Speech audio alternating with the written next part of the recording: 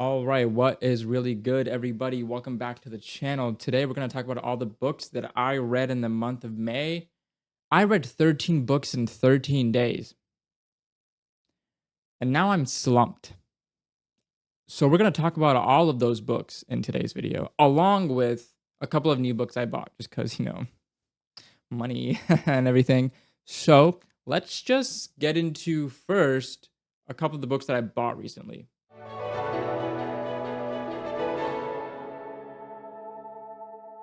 So in the month of May, I bought these books. Okay, let's just walk through them really quickly. There's not much to say here. The first book, well, this is not in chronological order, but in the order of this stack. The first book is The Rise of the Ranger by P.C. Quaintrell, first book of the Echo Saga. And you guys have heard me talk gloriously about this book in last year's Best Books of the Year videos. This was my favorite series of 2024. One of my top 5 series of all time now, and I just love what it did for me. I keep telling myself I need to do like a one just long video essay review of this entire series with spoilers, obviously, but I'm just scared that I'm not going to be able to do it justice. So I'm scared to even talk about it. But it's on my list to do. It's on my list to talk to you guys about this entire series in totality at some point. The next one is called The Persians. So I went to a local bookstore here where I live in Pennsylvania, and I just hopped in and I saw this book and I thought this looks interesting. It's basically a book about, well, it says it's a darkly funny, life-affirming debut novel following 5 women from a once illustrious Iranian family as they grapple with revolutions, personal and political. So I want to see like how humorous this is, how realistic it is, how much of the Persian experience it is, kind of thing. I just thought it'd be interesting because this is 100% out of my wheelhouse, but I thought it might just be interesting to read. And along that same exact vein, I bought Dava Shastri's Last Day. And this is one of those books where basically it's essentially this 70-year-old woman, Dava Shastri's, realizes she's only been given X amount of months to live, one of those usual type of stories, and she comes clean about a lot of her personal life to her family and some of her close friends, and then I think it gets over the news or whatever it is, and then there's like a whole lot of like hullabaloo in the family kind of thing. It's supposed to be another like a little bit humorous one, but also a little bit real at the same time. So I'm hoping to get like, just a fun little, hopefully a little bit of heartwarming, probably not cozy, but just a nice little read for like a week type of thing. Same vein as The Persians for me. The next one in that same bookstore was Redwall, and I saw this and I picked it up because at some point I want the entire Redwall series on my bookshelf, and just, you got to start with book 1, Redwall. Great series by Brian Jakes. I miss him so much. I read these back when I was in like the 6th or 7th grade, 100% out of order because you just don't know what order they're in because they're kind of like all standalones after the first one, or they're all episodic after the first one, but some of them follow a little bit of like a timeline type of thing, in terms of like what order to read them and things. But regardless, Redwall is a great, amazing series for all ages, and I'm due 100% due for a reread of this series to talk to you guys about it. Look how glossy that shit is. Glossy. So the next one is Cello's Gate. This one is one I just started also, so we'll talk about what I think about it later. But I saw this recommended by a buddy of mine over on Book Talk called the Bookish Baba, or the Book Baba, sorry. And I saw him review this book. I saw what he said about it. It's like Sky Pirates. I think it's YA / new adult. It's pretty like a breath of fresh air type of story. It is a part of a series. It is a book 1. But I'm hoping it brings a little bit of like a different sci-fi energy to the usual just fantasy that I read. And given Baba's kind of like wording of what he thought about it, I thought, it's worth it for me to read, I guess, or worth it for me to try out. But I'll tell you why a little bit later. Then I bought these 2 books, Nightmare Arcanist and Academy Arcanist. It's so white, you can barely see it. There it goes, and Academy Arcanist. And I'm going to tell you why as when we get to this part of the video, as to because I read both these books this month, but I'll tell you why later. but just know I had to buy the 2 of these. I kind of want to buy the whole series at some point, maybe when I move and get a bigger bookshelf, which is what I'm planning to do. But until then, I just got book ones of each one for now until I can get the rest of them. I had been yelling at the author on Twitter a lot, so I'm hoping that she can hook me with some like signed copies and stuff. So that I think that'd be fun. So now let's get into everything that I read this month. So the first book that I read this month was The Phoenix King by Aparna Verma, and I think I liked it. And till this day, I just don't know what I feel about it. But I was workshopping my feelings of it with my buddy Tim Fastiolo over on Book Talk. We do a Book Talk book club live every Monday night, 8 p.m. EST, and we just talk about various bookish topics. And we talked about how I felt about The Phoenix King, non-spoilers, last week. And basically, The Phoenix King is a slow burn political fantasy, like sci-fi fantasy, because it has a mix of like sci-fi elements and the fantastical elemental magic elements. It has pretty nice prose. It's not super high fantasy to where it's super purpley and, poetic, but it's not super casual to where it's just very conversational. So it's definitely a fantasy type of prose, if that makes sense. I liked it. Listen, I liked it. I liked it. I liked it. I just don't know if I loved it. And I think I'm going to read book 2, The Burning Queen, just to make sure, because this is out of my wheelhouse. I don't read political fantasies. I don't make it through political fantasies. Usually political things in books are just like out of my wheelhouse. Y'all heard my talk about Ascendant, Unbound, and Defiant last month. Like, I didn't like Pyra and Talia's character arc because it got so political. But because the entire book is a slow burn political fantasy where there's a lot of word play, word battles, and things like that, I was like, wait a minute. What's going on here? Because it never like bam hit you with like a climactic thing, or bam hit you with like a gut wrenching thing, like a plot point. It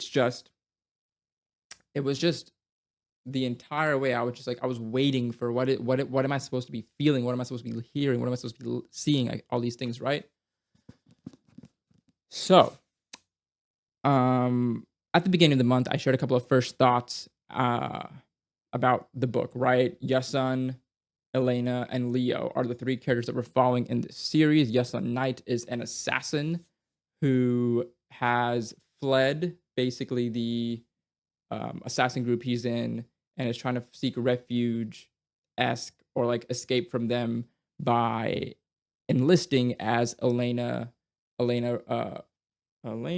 Adia's bodyguard, only because he made a deal with the king, and he said, listen, I will be your bodyguard, I'll do whatever you say, just don't turn me into the assassin group.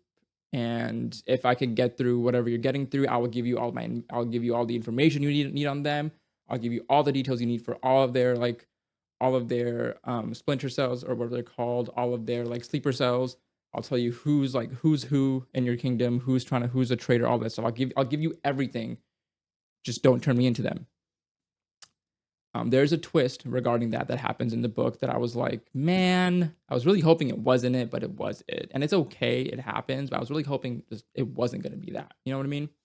But yes, that's like Yasun's part. And, usually I don't like telling you guys super heavy spoilers because I do want you to read this book. And this is a book I'm telling you should definitely read this book.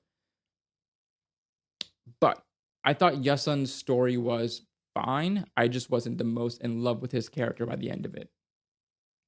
Elena's character, I was a little bit on board with, but still didn't love her character. Elena is the princess of the Ravani kingdom, daughter to Leo.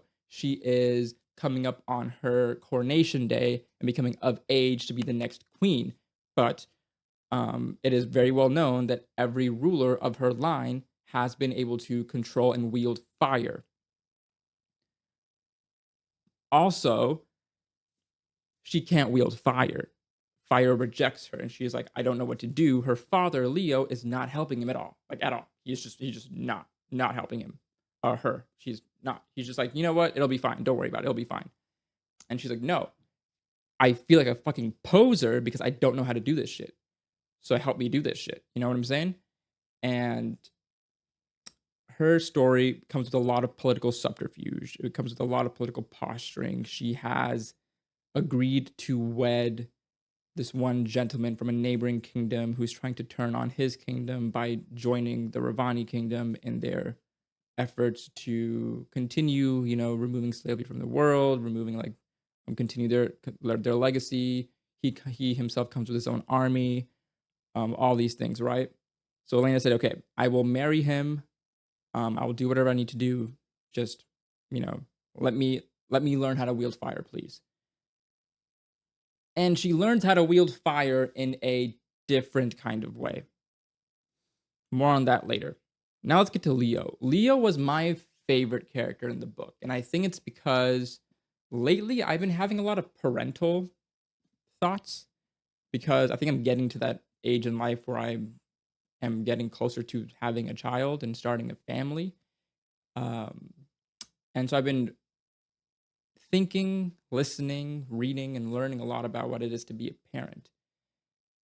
And the way Leo treats Elena, the things that he does, the things that he says, the decisions that he makes, he is torn between being a father and being a king in this book.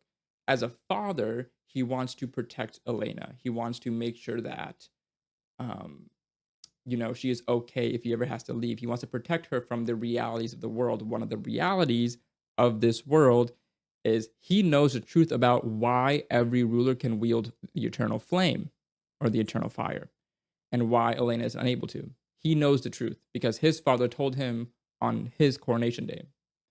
And Leo has yet to tell Elena until her coronation day why she can't wield fire. That is a massive spoiler, so I cannot tell you what it is because I want you to read this book. But trust me when I tell you, it got me thinking about Leo in a completely different light. Like a completely different light. Because basically I started thinking like, okay, if I was a father, why, like, would I make the same decisions? Would I withhold information from my child thinking that I'm protecting them? Would I withhold information and actions from my child? Would I do so much for my child in their place thinking that this will protect them when I'm gone? Is it hurting them or is it harming them? What decisions would I make if I was in this position? And so I started to identify a lot more with Leo's thought and thinking like, what did my parents withhold from me, thinking that they were helping me, protecting me? What did I wish they didn't withhold from me until they withheld at a younger age and then tell me at a later age, or always withheld it and I had to learn it on my own? What would I do as a parent, right? And so, but that's why I say Leo is just so torn between being a father and a king, because as a king he has to make a lot of decisions that he doesn't want to for the sake of the kingdom. He kills a lot of people in the name of protecting his subjects. He makes a lot of brutal decisions that he can never reverse time on. He can never tell Elena about these because as a king there's certain things you have to do to make sure your subjects never have to face them, that your kingdom continues, that this kingdom continues for Elena. So he had to do a lot of things. A lot of them were incorrect, but he made the decision when he made them. So I really loved Leo's character in this book. And I'm telling you, I'm going to read The Burning Queen because I think The Phoenix King is a really, really good sci-fi fantasy, slow burn political book. I said that in like a weird order, so I didn't know what to say after the word political. But I think it's really good. There's not a lot of combat. There's not a lot of like high intense scenes. There's like I said, there's a lot of rumination, a lot of wordplay, a lot of relationship management type of thing. So if that's up your wheelhouse, go for it. South Asian inspired story, South Asian author. By the time this comes up, it will be next week. So on June 2nd, which is a Monday, my book club co-host and I, Tim Fasciola, will be live with Aparna Verma talking about The Phoenix King over on Book Talk, 8 p.m. EST Monday nights. So if you're interested in listening to that, we start with a little bit of spoiler-free talk, and we'll go into like a more of a deep dive. If you're interested in that, come through, come join. Those book talk lives are very fun. I'm a complete fool. You know this. I'm a fucking idiot. Tim's an author. He's more technical. He has a lot more knowledge than I do. He's much more literate, eloquent, and smarter than I am. But I'm there to bring the fun. So if you're interested in that, come through then too. And if you're interested in it, read The Phoenix King by Aparna Verma. Okay, the next book that I read was Monster Tamer Academy, because I was giving myself a little bit of break between Phoenix King and Sons of Darkness, because they're both pretty thick, like deep books. So I read Monster Tamer Academy. That shit was very average. Very middle of the road, very average. 2.5, 3 stars. Basically it. Essentially what happened, it's a mix of Pokemon meets Monster meets like Magic Academy type vibes. Your main character, completely forgot his name at this point. So you have your main character, Dirk, remember his name. And you know where we left off, he was Siri, shut the fuck up. She hit me with the okay period. I'm so sorry. Oh god. Okay, sorry. That has never happened to me before. First time for everything. So Dirk essentially makes his way to the academy from where we left off last time, and he gets basically at your initiation, you have to go through a couple of things, right? The first thing is you have to run a lap around this circuit. And basically their circuit is different weather zones that come with their own different types of monsters, and you have to make it through all the weather zones, and you just have to make it through. Some people don't even make it through because they get too scared looking at monsters. They can't make it through the hot, they can't make it through the cold, they pass out, they don't have the stamina for it, etc. Some people make it to the end, but they don't make it in time. So essentially what we find out is by when they're actually getting ready to be initiated in, they say, okay, well, people are getting called up in the order that they finished the circuit. It's not just about finishing, it's about finishing fast. Unlike some other things that we all want to finish not so fast in. I really forced that joke in there. I should not have done that. Oh, that was so gross. That was so bad. It was so bad. Oh. Anyways, so Dirk, and he makes a friend. Don't fucking know his name, but he makes a friend during that run, and they both run side by side until they're at the end, and they look at each other, and they're fucking racing to the end. They get passed up by a girl, but they're racing to the end, and they make it through. So the way it works is you get called up to this like stone that they have. Essentially, it's like the Sorting Hat in Harry Potter, but you get called up to this stone, and you touch it, and it tells you your elemental affinity. And they have like the water, they have earth, they have fire, they have, I think, electricity / lightning or air or something like. I think it's like called wind or something like that. They have dark, and I think they have light. I think those are the 6 ones. I read this at the beginning of the month. Don't hate me, but they have their elemental affinities. Dirk gets dark. Ha, wordplay. And so he goes to the dark door, and in the dark door, you are presented with 3 creatures to bond with. That is basically you try and bond with them. And if they accept you, you accept them, you're bonded. So Dirk gets a bat-like creature, and he named the bat-like creature. So he named the creature V, V-E-E, because it's bat. It's like wings were in shape of a V. I don't fucking know. He named it V, whatever it is. And then just the world is his oyster. He goes to classes, he makes friends. He figures out that he has some affinity to reading ancient runes that are scattered across the academy walls. And so our chosen character has been bonded with a creature that's come from a different world. That creature was not intended to be at the selection ceremony, by the way. It was planted there by the Domineers. And if you remember if you go back to my previous video, I had said that there's the Tamers and the Domineers, and they don't get together because the Tamers like to tame and have good relationships with their bonded creatures. The Domineers basically say, if I can beat you the fuck up, this creature will follow me because I'm respected. They basically are the take power by force, and Tamer's trying, do the whole friendship is key thing. So the Domineers had planted V right there to get Dirk to bond with V so that their master plan could ensue in releasing a deep, dark, ancient monster upon the world. That's basically what happened. What is cool about this book? I think it's fun enough. I'm not going to continue it. I think it was just a good one-time read. I did enjoy the caveat of, they have their own power, like different power levels as they level up. They start with extremely weak, level 0, like EW0, and they work their way up to like very weak, medium, strong, very strong, extremely strong, etc. Whatever it is. Very loose progression power system. Towards the end of the book, you do realize that they can bond with more than one creature. They can have their tertiary bonds, which is basically a secondary and a technically a tertiary bond, but they're called tertiary bonds and as a collective.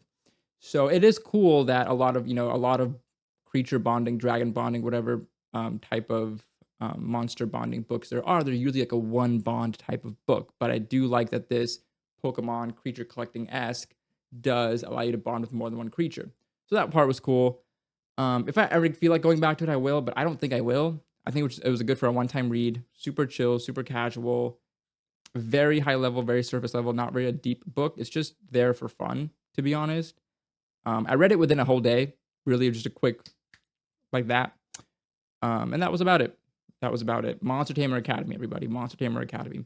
I was supposed to then read System Universe System Change. I did not open that fucking book. It didn't really entice me from the little bit that I read at the beginning of the month, and I said, you know what, I'm not going to force it. You know what I did instead?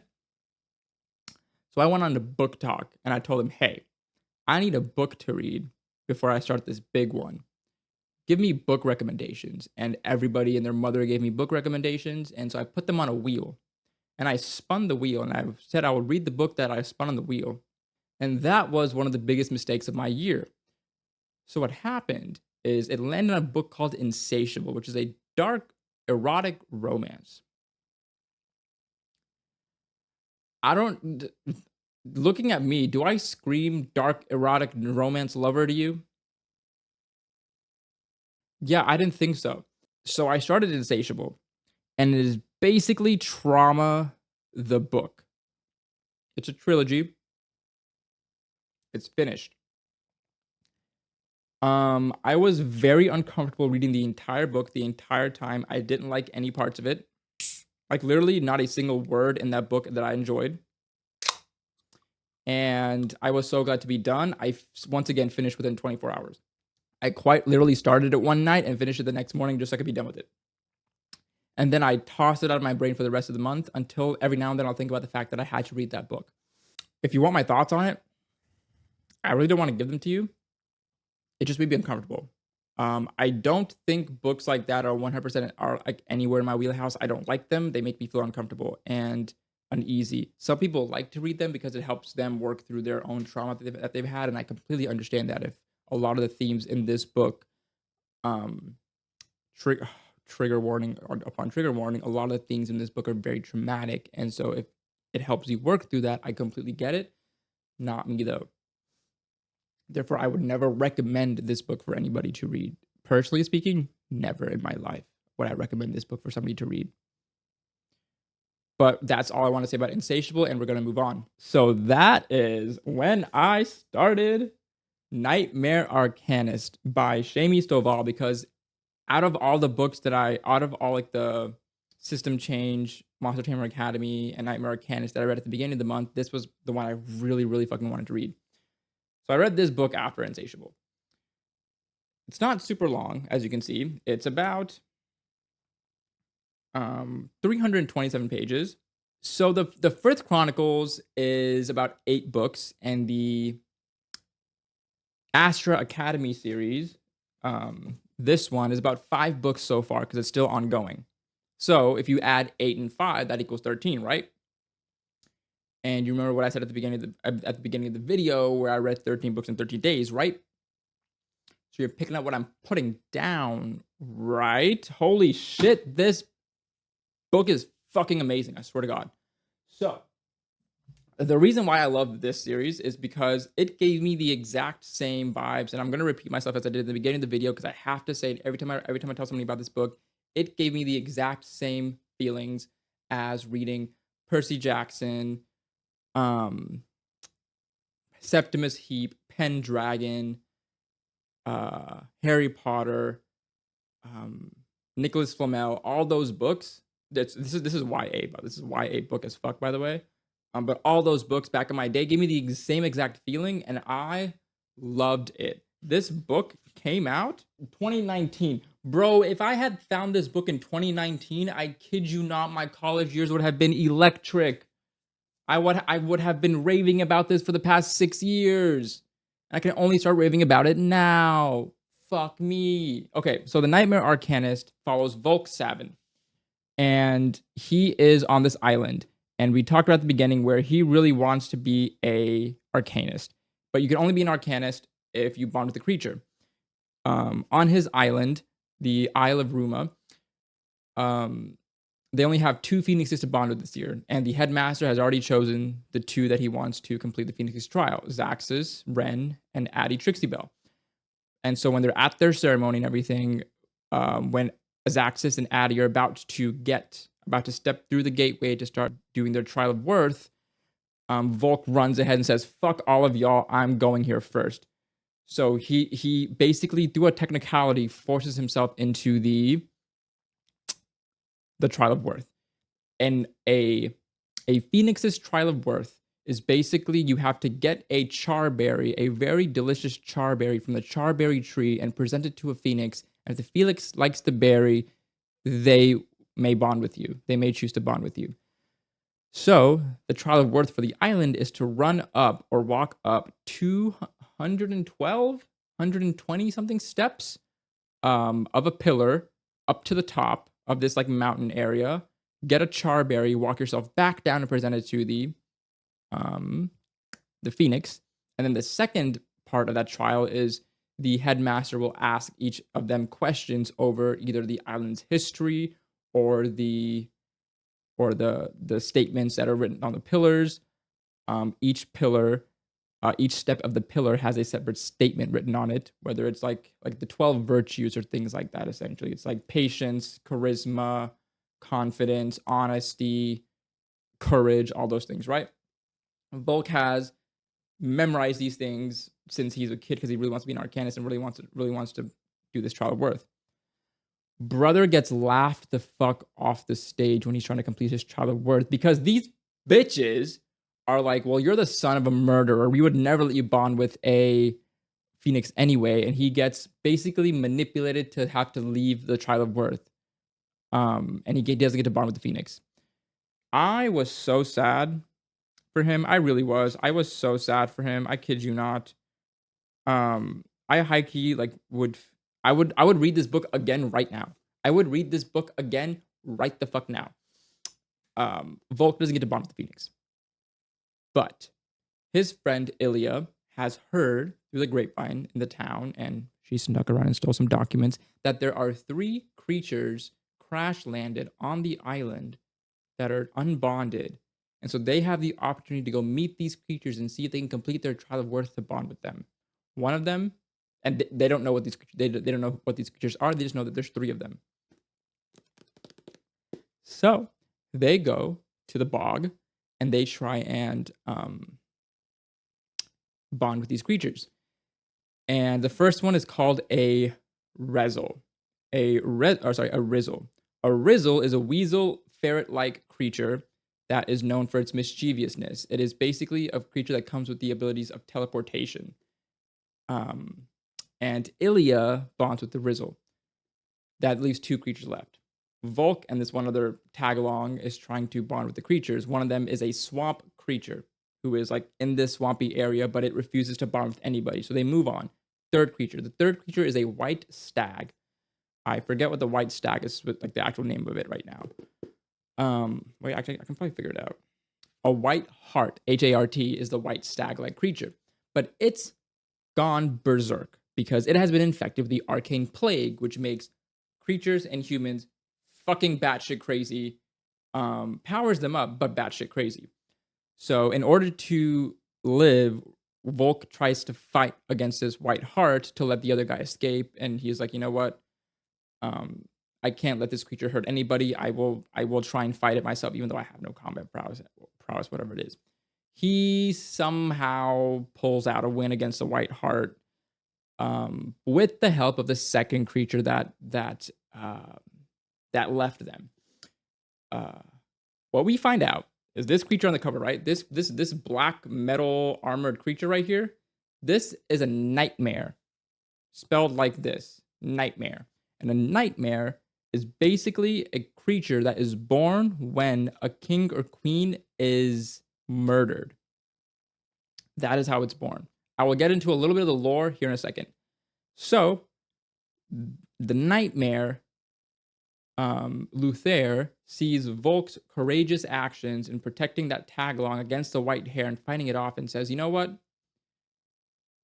I will help you if you help me get revenge. I will bond with you if you help me get my revenge against the person who killed my previous bonded human. And that's how Volk and Luther become a bond. And they are one of my favorite pairs in any fantasy series thus far.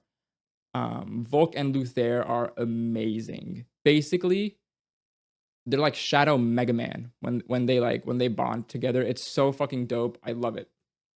That's like how the story started, and I kid you not, it just goes everywhere from there. I absolutely love how deep this world goes, how huge this world is, how deep the lore is, how amazing all the creatures and the powers are. Shami Stovall has really put a lot of thought into her power systems, her lore, her history, etc. So here's how it works, right? There's a ton of different types of creatures in the world that are available for bonding. And each creature has a trial of worth, and the trial of worth is up to them. It's not the same across creatures, but it's the same within the same species. So, the Rizzles was like answering questions, but Luther's, like a nightmare, might be like showing a bout of courage or whatever it is, right? Whatever it is, blah, blah, blah. So, but each creature has a trial of worth that you have to complete. And that is how you can get the option to bond with the creature. And each creature has their own powers that they bring to the table. Luther's power as a nightmare brings with it shadow magic, shadow stepping, the ability to instill like fears and nightmare, like project nightmares upon enemies. You can bond together with your nightmare and become this like basically like I said, a Shadow Mega Man, and start going fucking crazy. And all of this adventure is happening on the sea because Volk and Ilya are trying to join the Seafaring Guild to be to join like the Frith Guild in their adventures, basically. And the Frith Guild is a guild that basically travels the sea and land and helping different countries, peoples, towns, whatever it is, and whatever they need. So the first few books, Nightmare Arcanist, Dread Pirate Arcanist, and Colosseum Arcanist, are a little bit episodic in the sense that like they kind of have a internal like conflict within the actual book, and then the conflict is resolved and they move on to the next book. But by the end of the third book, you see there's like a larger, huge issue at hand, which is there is a magical phenomenon called the Arcane Plague that is traveling across the world. And the Arcane Plague is infecting creatures and humans, and it affects both in different ways. But once you're infected, you can't get rid of it. So they're trying to figure out a way to find who started it, try and get rid of it, etc. And like I said, the way it starts is not the way it ends. And I absolutely love this series. I love where it went. I love all the decisions that were made. Volk really annoyed the fuck out of me so many times because he's a naive little bitch. He is a naive little bitch. He's a very strong, courageous human, but he's also a bit of a naive little bitch. And so there's a lot of times when he's withholding information because he doesn't know if you need to use it or not. I'm like, just tell them how dope you are and get them to listen to you. Tell them you're the most powerful person in the world and get them to listen to you. Why the fuck are you holding back information in this situation? In this situation, you know what I mean? By this, I mean like book 7 or 8, whatever the fuck. But like I said, You are not prepared for what this book has in store for you. This book needs to be on everybody's TBR. This book needs to be read by everybody that I know. If I know you, you need to read this book. This is now on my list of must reads for everybody who I talk to. This is a list of must reads. The Frith Chronicles is amazing. I really want a tattoo of what she calls like an interesting thing about this book is it's very aesthetic featured as well. And so what I mean by that is every bonded human that bonds with a creature always has a 7-point star on their forehead, or 9 or 12 in some cases, but I cannot tell you why. They have a 7-point star on their forehead that gets burned into their forehead to show that they're an Arcanist, and each creature has their own insignia that's woven into that star. So for Luther, it's a sword and a cape. For Rizzle, it's like a ferret that's woven in there. For a phoenix, it's a phoenix that's in there. For a griffin, it's a griffin that's in there. For a manticore, same thing. Each creature is burned into your forehead like that. It's so cool. It's so rich. It is rich with magic, history, lore, creatures from different mythologies, right? American, European, Japanese, Chinese, a little bit of Persian, I think, in there. So cool. It is so cool. I fucking love this series. And this one ends with book 8, and then Academy Arcanist starts with the next generation. And it's not a generation like Volk. Like, it's not like Volk's kids or whatever it is, right? Or like any of theirs. It's like a completely new kid who is now our protagonist. But we see the recurring characters from this book and this book. And I love when stories do that, because it is a continuation, and I appreciate that. And Academy Arcanist just did everything so well. Shamey Stovall did say that you don't have to read Frith before Academy. They are self-contained to the extent that, like, if you never read Frith and you picked up Academy, she re-explains the entire world to you the same way the protagonist is being explained this entire world. And so you don't have to read Frith before Academy. But fuck that. You have to read Frith before you read Academy, because you can't appreciate how great these books are unless you really, really dug deep into the world in this one. You can't appreciate how good this one is either. So, Academy Arcanist starts with protagonist Gray Lexley and his twin brother. I'm so bad with names. Why can't I remember a single name in my life? Why can't I remember a single name in my life? What is his brother's name? Saurin. His brother Saurin. So we have Gray and Saurin, twin brothers. Their mom passed away while giving birth to Saurin. Gray was born first. Saurin was born second. And they are from another like really small island up in the north or wherever it is. They're the sons of a candle maker, and Volk really wants to bond and get off the island. Saurin is content doing whatever he can with his brother. They've never been apart, and they have a really, really close twin brother bond. Saurin is a huge poetic optimist. He breaks out in poems all the time, and he's always optimistic about everything in life. Gray is like me, a cynical, sarcastic human who uses humor to mask whatever he's actually feeling. Fucking love him. Me personally, love that guy. Gray Lexley, yes, sir. I think I like, depending on how the book ends, I think I like Gray more than Volk in terms of a relatability standpoint. I think Volk is a much more of a standard fantasy, courageous, stand in the face of danger, get behind me, I'll protect you type of protagonist. Gray is kind of more of a sneaky, foxy, like subterfuge, kind of like talk his way through some shit type of protagonist. Love them both, but I really love Gray. And Gray bonds with a mimic named Twain, and their bond is pretty fucking cool. I'll tell you what. But there's only 5 books of the series, and I need more. I'm craving more. I literally, every time I finished one of these books, I put it down, took like a quarter of a day or a half a day, and then picked up the next book immediately. It got so bad that my wife was like, "You need to stop reading. Can you please put your Kindle down?" I put it down and picked it back up 5 minutes later to keep reading. Literally, I could not stop reading these books. I literally could not put them down. I've said literally so much. I feel like this is an ad read and it's not. But yeah, Shame, if you wanna send your boy a care package, I wouldn't complain because then I would yell more about it. You know what I'm saying? Must read fantasy series for everybody. This one is more as where Nightmare Arcanist was more of a seafaring adventure across the world. Astra Academy is more so they're now at an academy learning how to be arcanists. And Gray's issue is that he has this is much closer to Harry Potter than Nightmare Arcanist is. This is much closer to a Harry Potter vibe in the way that Gray is your protagonist.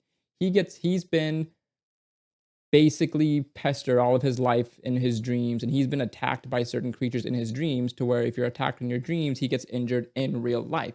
So he's had a few close encounters with death already as a child, and he is getting into being an adult at the age of 15, which I forgot to mention, but that in this world, you're an adult at the age of 15. So there's a lot of like romance, like subplots that happen throughout the entire series. And it's very tasteful, very like fade to black kind of thing. It's not on page, anything like that, like in terms of like the spicier parts. Very tasteful romance. It's just a bit odd that like 14, 15, 16, 17-year-olds like are like talking about romance like that. But I'm like, if the rules of your world are where you're an adult when you're 15, in Europe, you're an adult when you're like 16 or whatever it is, right? Sure, that's fine. It didn't bother me much at all. A couple of instances it did, but it didn't bother me much at all. But just to prepare you for that, it doesn't take over the entire. The romance is not the point of the story, but it is there, and I think it's done well. Take that with what you will. Take that from me. Anyways, back to the actual thing. So Gray has been pestered in his nightmares a lot, and one thing leads to another, and he has the soul of a Death Lord, an abyssal Death Lord, stuck in him.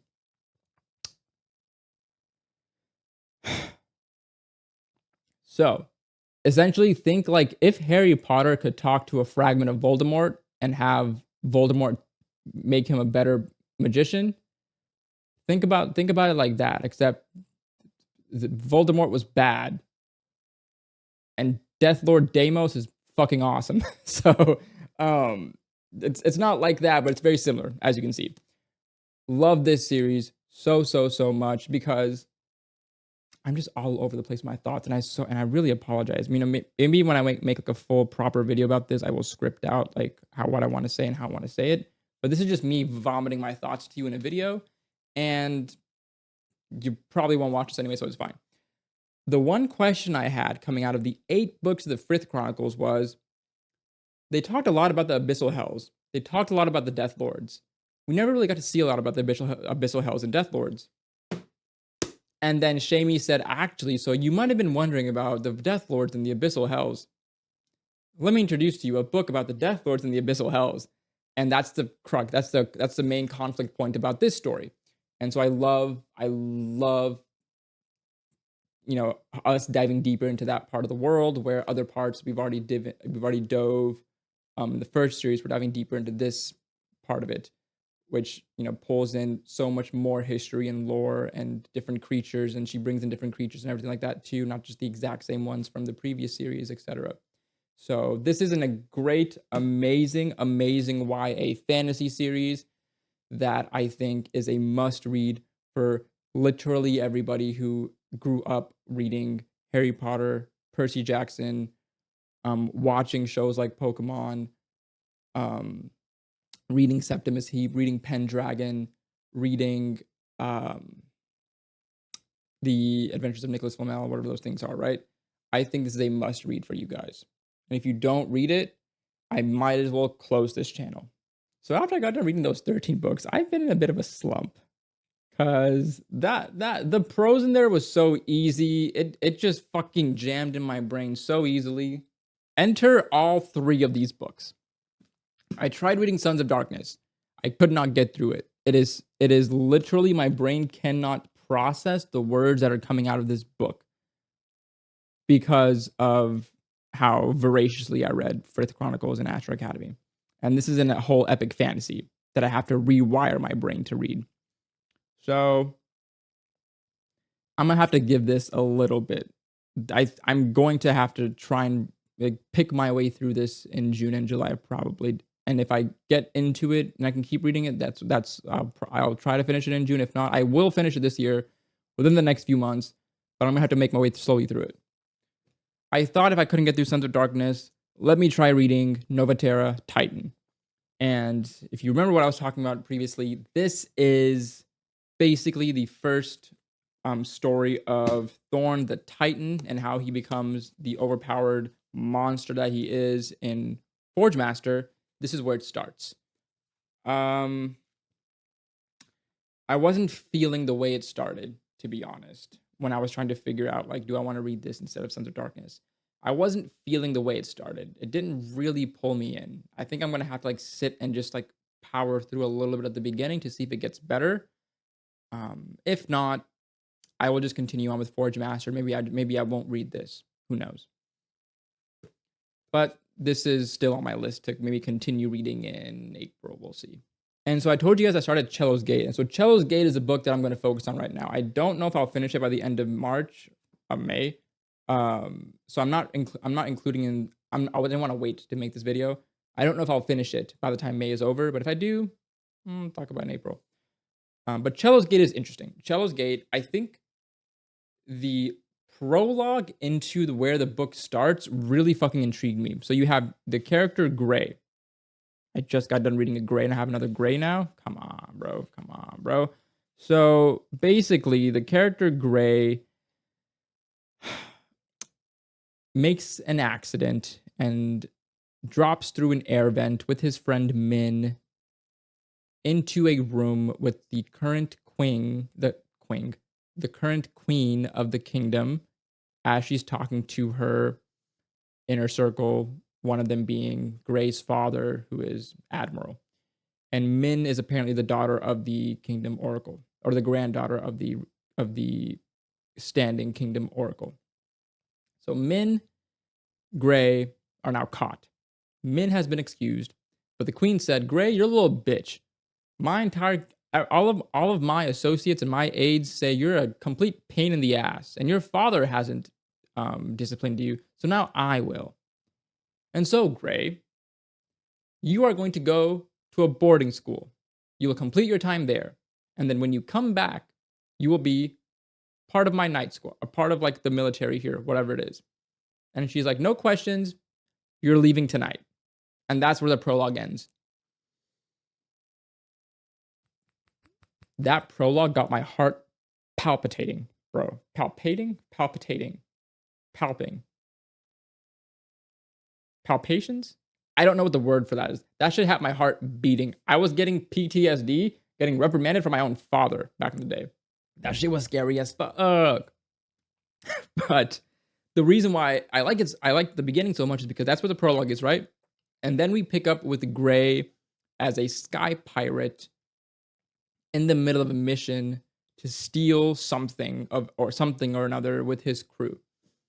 That's where it starts. We have no historical background in terms of what happened in those years. Like, you know, how did he get to be a sky pirate? We don't have any of that information right now. It is simply Gray as a kid, Gray as an adult. He's a sky pirate now, and now we're in the story. And I think that's cool. I think that's cool because it's basically making me read to ask the question, what happened to him? How did he end up here? What was that experience like? What happened to Min? What happened to all these people? Whatever it is, right? So I do like the setup of that. I do enjoy the setup of that. So I am currently on chapter 5, page 62, and I will continue my book. I will continue the reading and let you guys know in April what I think about this. Cello's Gate. It has been recently making the rounds on Book Talk, and I think it's going to blow up here soon. If it already hasn't, I don't think it's blown up blown up. I just think it's gotten a little bit of traction, but we'll see. It has more of a sci-fi element than a fantasy, but it's a little bit of mix of both. You know what I'm saying? So here are all the books that I read in May. 16 of them. There's not 16 here, but I promise you I read 16. I'm getting tired of holding these now, so we're gonna drop it. We're gonna drop it here. I will let you guys go here. Thank you so much for listening thus far. I appreciate you all. I'm still here, still making videos. I still find this fun. If you guys liked this video, leave a like, comment, your thoughts. If you read any of these books, if you want to read any of these books, what you're reading now. If you're new here, consider subscribing. Hang out with the gang. If you want a space to talk about books with me, consider joining the Discord. It's free. It's below. And consider, if you want to join a book club that's starting soon, consider joining. It's an indie author book club where we try and read books written by indie authors and then get the authors to come talk about their books with us once we're done reading them, etc. So you get a little bit of talking to the author and other readers about the book. If you're into all that, consider joining the book club as well. That is starting up here soon, hopefully. And yeah, if you guys thought this video was good, consider sending it to somebody who you think would enjoy it. And fuck, my brain is just gone. Once I word vomited all of my thoughts about all of these books, my brain is just empty. So I have nothing else to say. Okay, bye.